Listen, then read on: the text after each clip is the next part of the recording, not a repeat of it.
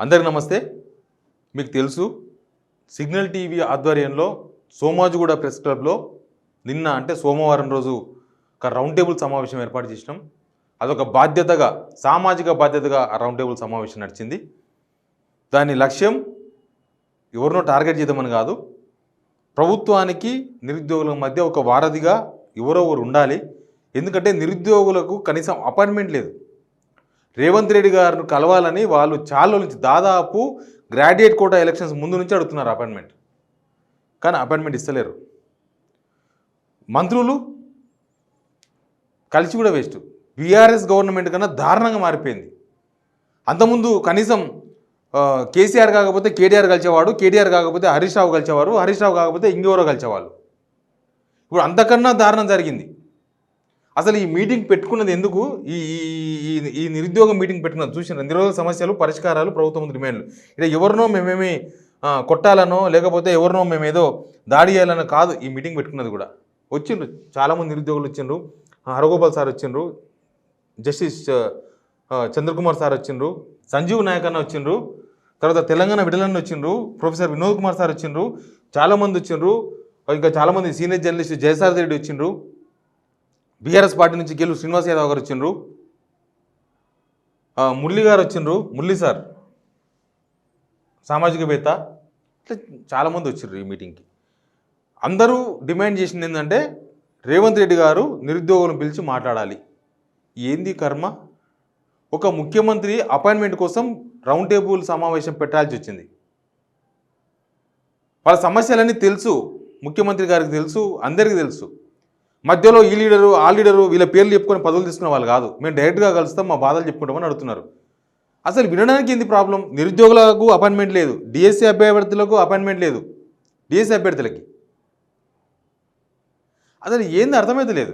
ఈ ప్రజాపాలన, ఈ ప్రజాప్రభుత్వంలో ముఖ్యమంత్రి గారి అపాయింట్మెంట్ కోసం మన పిల్లలు, మన తెలంగాణ వాళ్ళు ఊరూరా తిరిగి కాంగ్రెస్కి ఓటేనని చెప్పిన వాళ్ళు, మా బాధలు ఇవి మేము చెప్పుకుంటాం అనుకుంటున్న వాళ్ళు, రోజు రోడ్ ఎక్కి ధర్నాలు చేస్తున్న వాళ్ళు, కడుపు మార్చుకొని రాత్రింబౌలు నిద్ర లేకుండా ధర్నాలు చేస్తున్న వాళ్ళు, పోలీసులు లాఠీలో దెబ్బలు తింటున్న వాళ్ళు, పోలీసులు ఈడ్చకపోతే బరబర దెబ్బలు తాకుతున్న వాళ్ళు, వీళ్ళే కాంగ్రెస్ ప్రభుత్వం రావాలని కోరుకున్నది. ప్రజలు కాదు, ప్రజలలో వీళ్ళే ఎక్కువ కోరుకున్నది, నిరుద్యోగులే. అపాయింట్మెంట్ ఇవ్వడానికి ఒక రౌండ్ టేబుల్ సమావేశం పెట్టాల్సి వచ్చింది. నేను కొంతమంది అన్నారు, అసలు మీరెవరు రౌండ్ టేబుల్ సమావేశం పెట్టినకే, మీకేం సంబంధం? నిరుద్యోగులు ఉంటే ముఖ్యమంత్రితో మాట్లాడుకుంటారు, మీరేంది మధ్యలో అని. నాది సామాజిక బాధ్యత. ఒక తెలంగాణ ఉద్యమకారుడిగా, ఒక తెలంగాణ బిడ్డగా, తెలంగాణలో బాధలు తెలిసిన వ్యక్తిగా, ఇట్లాంటి బడుగు బలహీన వర్గాలు లేకపోతే కష్టపడి చదువుకొని వచ్చిన వాళ్ళు ఒకనిగా, డబ్బులు అంటే ఏందో తెలిసిన వాడిగా, ఉద్యోగం అంటే ఏదో తెలిసిన వాడిగా, విలువ తెలిసిన వాడిగా నేను ఆ రౌండ్ టేబుల్ సమావేశం పెట్టినా. హరగోపాల్ సార్ను మధ్యవర్తం చేయమని తీర్మానం చేసినాం. హరగోపాల్ సార్ పెద్ద మనిషి, కొద్దిసారి రాజకీయాలకు అతీతంగా ఉంటారు. కనీసం ముఖ్యమంత్రి గారితో నిరుద్యోగులకు అపాయింట్మెంట్ ఇప్పించమని, మీరు అపాయింట్మెంట్ తీసుకోండి సార్, మీరు వెళ్ళండి, మీతో పాటు నిరుద్యోగులను తీసుకెళ్ళండి, వాళ్ళ సమస్యలు వాళ్ళు చెప్పుకుంటారు. పెద్ద మనిషిగా మీరు ఒక తెలంగాణ పెద్దన్నగా, తెలంగాణలో ఒక పెద్ద మనిషిగా ముఖ్యమంత్రి గారిని కలిసే అవకాశం కల్పించండి అని లాస్ట్కు తీర్మానం చేసిన ఈ రౌండ్ టేబుల్ సమావేశం. ఏం తేడా ఉంది? అంతకుముందు కేసీఆర్ ఎవరిని కలుస్తలేడు, ఆయన పోయి ఫామ్ హౌస్లో ఉంటున్నాడు, ఆయన గడీలు కట్టుకున్నాడు. గడీలు కూల్చి ఏం లాభం?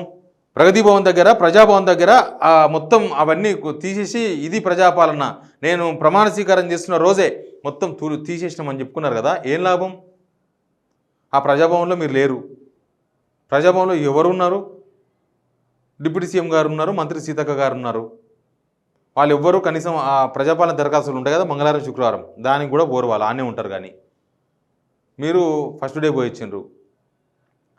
అసలు దేనికో మంత్రివర్గ ఉపసంఘాలు వేస్తున్నారు కదా. రైతు బంధు ఇవ్వండి నాయన, వర్షాకాలం వచ్చింది, వాళ్ళు విత్తనాలు కొనుక్కుంటారంటే దానికి ఒక ఉపసంఘం వేసినారు, తెలుసుకోవాలి, మాట్లాడాలని. మరి వీళ్ళ గురించి కూడా ఒక ఉపసంఘం ఏంటి సార్? మంత్రివర్గ ఉపసంఘం వేయండి, నిరుద్యోగులతో చర్చలు జరపండి, డిఎస్సీ అభ్యర్థులతో చర్చలు జరపండి. కాన్స్టిట్యున్సీలో మీ ఎమ్మెల్యే మీద ప్రెషర్ పెడుతున్నారు, మినిస్టర్స్ని కలిసి వినతి పత్రాలు ఇస్తున్నారు, కలెక్టర్లకు వినతి పత్రాలు ఇస్తున్నారు, నిరుద్యోగులు, డిఎస్సీ అభ్యర్థులు అందరూ. అవి సీఎం దాకా వస్తున్నాయా? అక్కడనే పడేస్తున్నారు చిత్తబుట్టలో. ఇక్కడ స్టేట్లో ఏం జరుగుతుందో ముఖ్యమంత్రికి తెలియదా? తెలియనట్టు నటిస్తున్నారా? మంత్రులకు తెలియదా? నటిస్తున్నారా? మాట్లాడండి. ఎవరెవరు బాధ్యత తీసుకోవాలి కదా. ఏం జరుగుతున్నట్టు, ఏం జరగనట్టు, మనకేం తెలియదున్నట్టు, కళ్ళు మూసుకొని తిరుగుతున్నట్లు ఏంది ఇది? వాళ్ళని కన్విన్స్ చేయండి పిలిచి.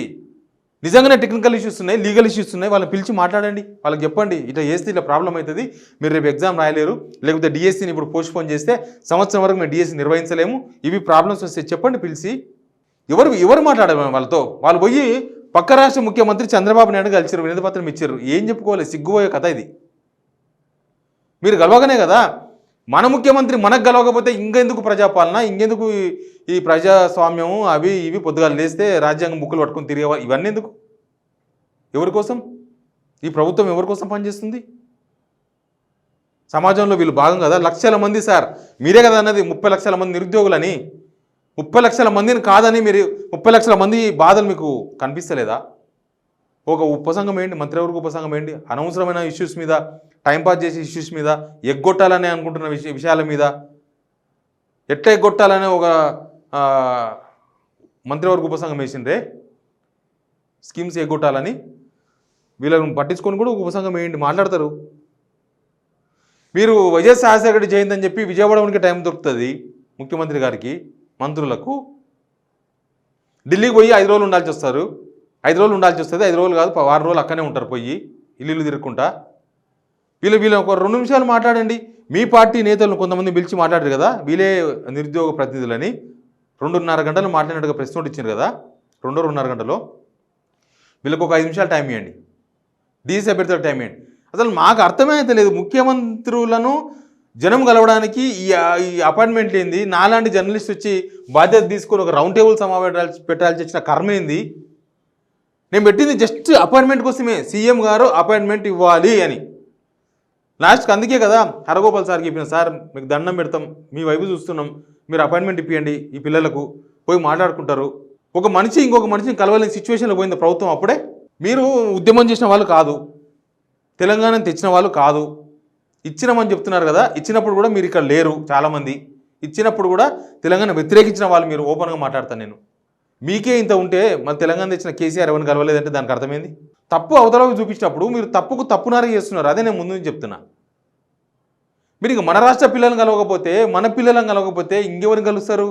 ఇంకెందుకు మీ స్కీమ్స్, ఇంకెందుకు మీ పాలన, ఇంకెందుకు మీకు ఇవన్నీ ఈ సౌకర్యాలు? ఎందుకు మీరు ముఖ్యమంత్రి? ఎందుకు మీరంతా మంత్రులు? ఎందుకు ఈ ప్రభుత్వం?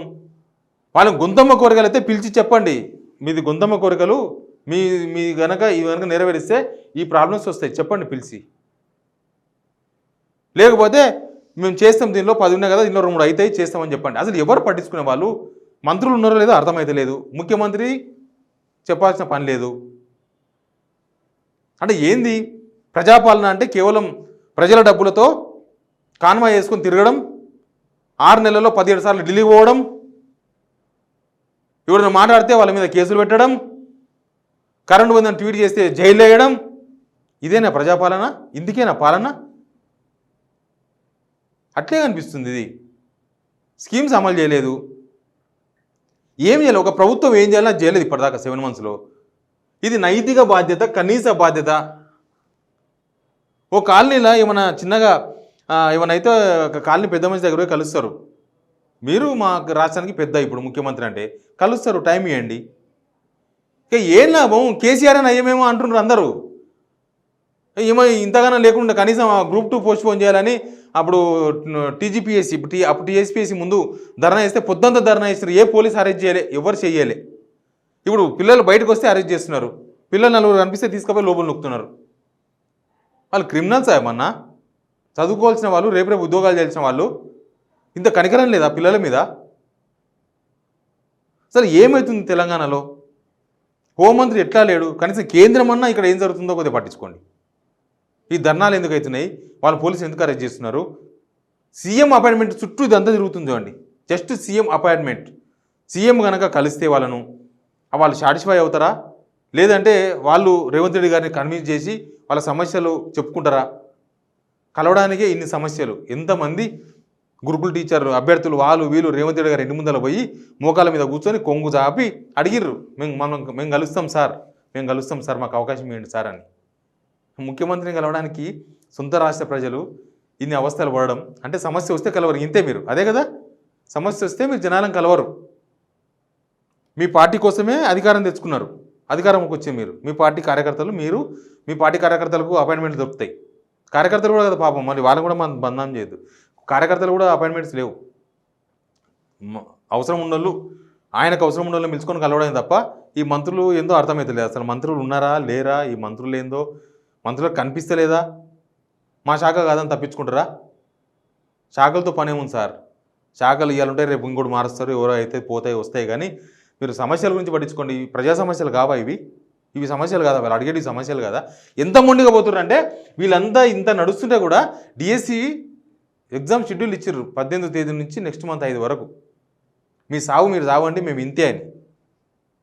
అది రివర్స్ అవుతుంది ఒకరోజు, మీ సాగు మీరు సావండి, మేము ఇంతే అని వాళ్ళు అంటారు.